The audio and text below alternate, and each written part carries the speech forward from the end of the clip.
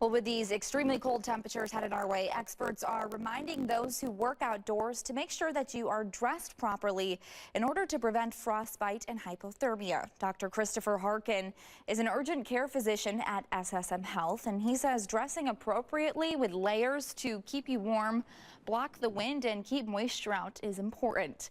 But he also says that people often forget, even in these extremely cold temperatures, that it's important to stay hydrated. You got to keep drinking water because one of the things that happens, you forget that you do get dehydrated. That cold will suck the fluid out of you. Dr. Harkin says people who have coexisting illnesses like heart disease, high blood pressure, or diabetes are more susceptible to having problems in the cold, such as bad circulation.